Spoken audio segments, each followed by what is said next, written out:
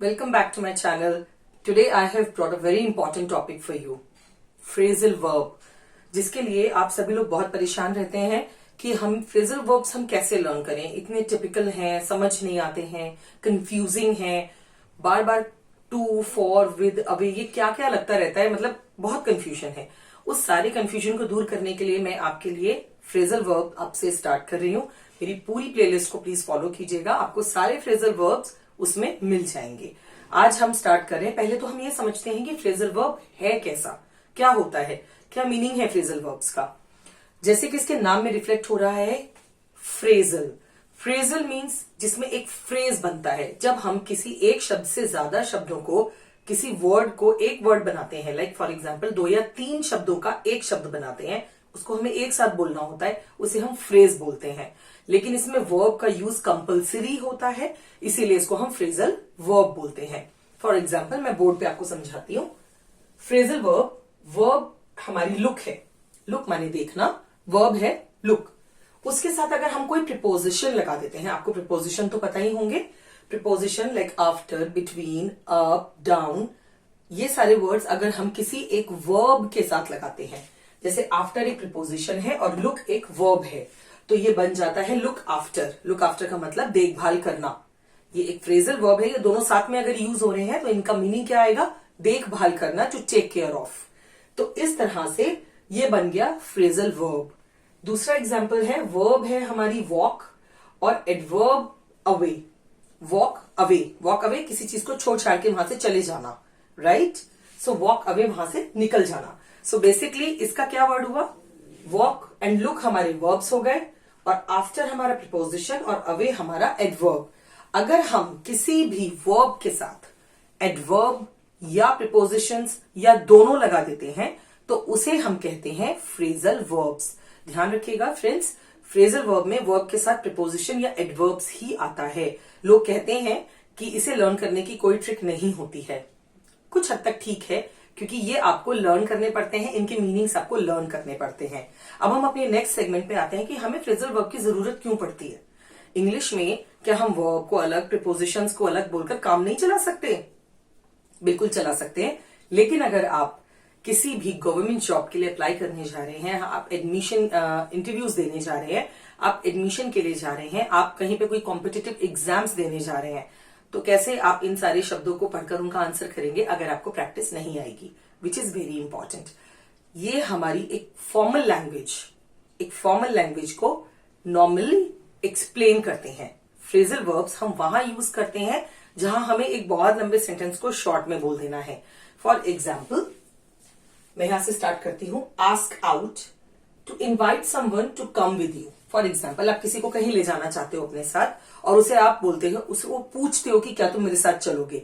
इसके लिए आप ये भी कर सकते हो, would you come with me, ठीक है। अदरवाइज आप ये कर सकते हो, I asked him out to come with me, और इधर I asked him out for cinema, for movie.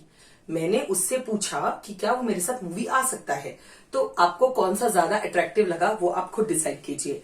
जब हम इंग्लिश को अट्रैक्टिव, स्टैंडर्ड और एक अच्छे लेवल की इंग्लिश हम सीखना चाहते हैं तो फ्रेजल वर्ब उसमें बहुत इंपॉर्टेंट रोल प्ले करते हैं। इसीलिए इन्हें सिर्फ एक ही तरीके से लर्न करके, अच्छे से समझ के, इनकी प्रैक्टिस करके अच्छे से सीखा जा सकता है। मैं आपको A to Z सारे फ्रेजल वर्ब्स करवाऊंगी इस वीडियो में, क्योंकि मुझे समझाना भी है, आपको उस वर्ड का मीनिंग लर्न भी करना है, इजी वे में जाना है, भागना नहीं है। तो प्लीज अभी आज हम जितने वर्ड्स कवर कर रहे हैं, फिर हम अपनी अगली वीडियो में उससे आगे के सारे फ्रेजल वर्ब्स कवर करते जाएंगे। बने रहिएगा मेरी वीडियोस पे मेरे साथ, और चैनल को सब्सक्राइब नहीं किया है तो अभी सब्सक्राइब कीजिए ताकि आपको सारे फ्रेजल वर्ब्स की वीडियोस बहुत इजीली डेली की डेली मिलती रहे। आइए शुरू करते हैं। Ask out to invite someone to come with you. अपने साथ आने के लिए, किसी को बुलाने के लिए हम सेंटेंस में आस्क आउट का यूज करते हैं। Answer back to respond rudely और इधर to reply rudely. Reply means जवाब देना, किसी को जवाब देना। बड़े लोग हमसे बोलते हैं तुम मुझे जवाब मत दो, डोंट आंसर मी बैक, तो इसके लिए हम यूज करते हैं आंसर बैक। एम एट, किसी चीज पर अपना निशाना साधना, उसके लिए हम यूज करते हैं एम एट, यानी कि two point out the target. इधर फॉर एग्जाम्पल आपको एक कॉम्पिटिशन का एग्जाम, आपको उसमें बहुत अच्छे मार्क्स स्कोर करने हैं, तो उसके लिए आप you will aim at for the success, correct? Add up make sense means yes you added up, तुमने समझदारी की बात की है. Account for, if you will say some reason, you will explain some reason कि आपने वो काम क्यों किया है, हम अपने सेंटेंस में यूज करते हैं account for. I already account for it, मैं ऑलरेडी रीजन एक्सप्लेन कर चुका हूं. Agree with, have some same opinion, it is same opinion. अगर आप किसी से जैसा वो कहता है वैसा ही आप भी मानते हो तो you are agreeing with the point. So हम कहेंगे अग्री विद, मैं तुमसे अग्री हूं, I am agree with you. Okay. Apply for, बहुत चीजों के लिए अप्लाई करते हैं, जॉब के लिए, लोन के लिए, फॉर्म्स के लिए, परमिशन के लिए, परमिट्स के लिए. तो उन चीजों के लिए, पासपोर्ट के लिए, तो आप इन सब चीजों के लिए जब अप्लाई करते हो, इट मीन्स अभी आपने कोई डॉक्यूमेंट सबमिट किए हैं कि आप चाहते हो वो डॉक्यूमेंट आपको रिटर्न में मिल जाए, तो कोई स्पेसिफिक ड्राइविंग लाइसेंस, उसके लिए भी आपको एक फॉर्म भरना पड़ता है. तो हम वी हैव अप्लाइड फॉर.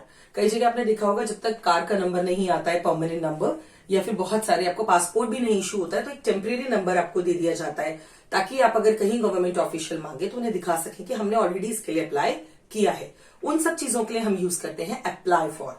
सो आप कैसे यूज करते हैं? आई have applied for it.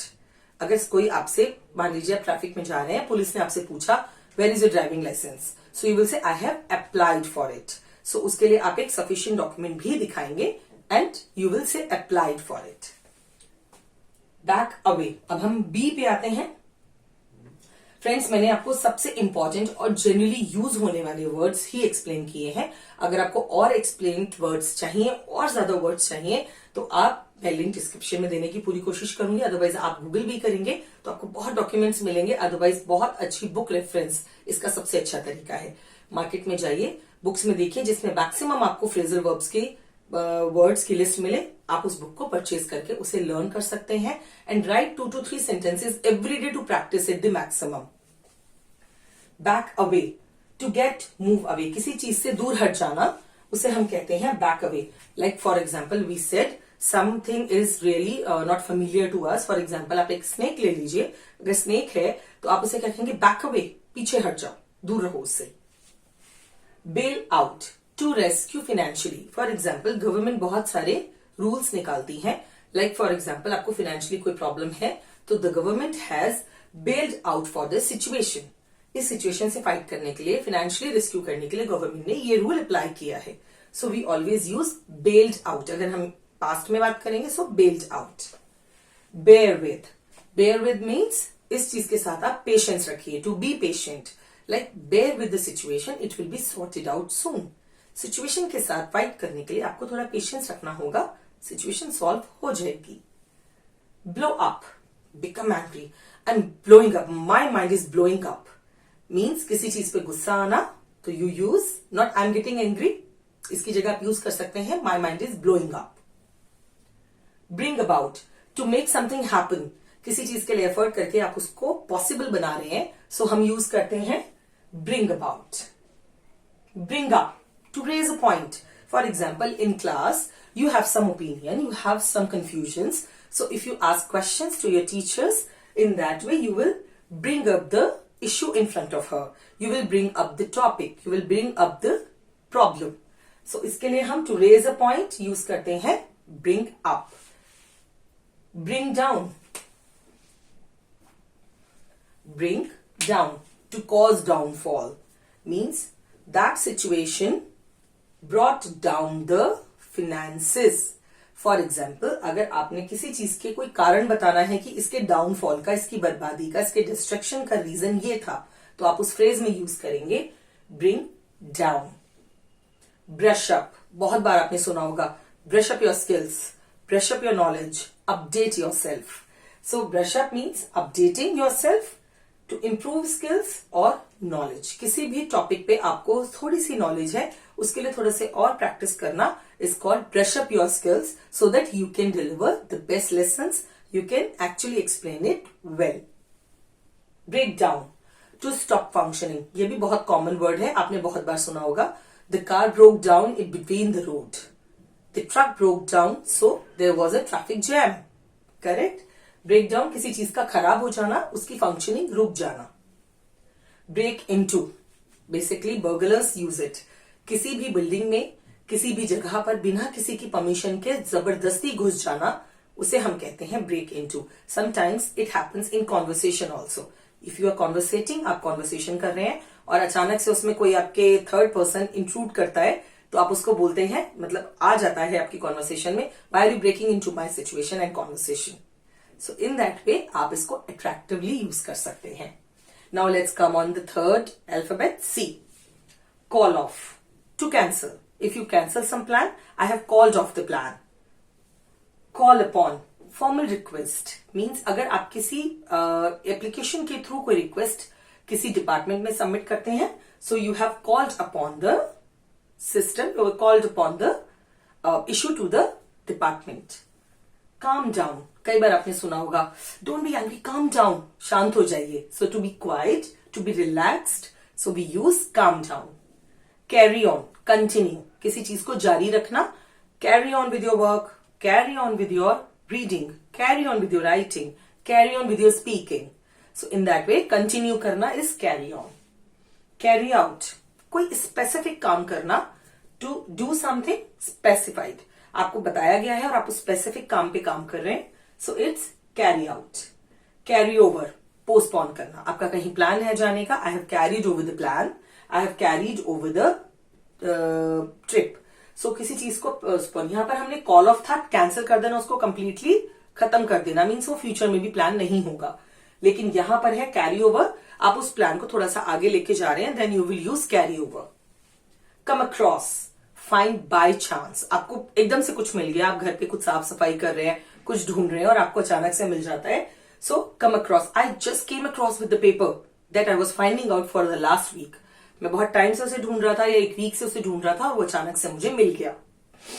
Come forward, many times in class बच्चे होते हैं, teacher is always saying please come forward with your opinion, please come forward with your answer, means आप अपने answer को लेके आगे आइए, मीन्स आप अपना फिजिकली यहां पर आइए, फेस टू फेस उसको मुझे आंसर बताइए। फिजिकली प्रेजेंस जो है आपकी आती है come forward. Cut down, to make it short और टू रिड्यूस, किसी चीज को छोटा करना या उसको कम करना, कट शॉर्ट या cut down. Cut out, stop doing something, बिल्कुल किसी चीज को करना रोक देना, is always called cut out doing this. Cut out the party, cut out the party, cut out the plan, cut out the discussion. So in that way we use so many words like this. These are very common words. मैं आपको suggest करूंगी इनकी practice आप daily कीजिए, try कीजिए। Words को learn करने के बाद आप 2 सेंटेंसेस या तो लिखें या बोलें। All the best. Keep learning. Thanks for watching. Subscribe to our channel.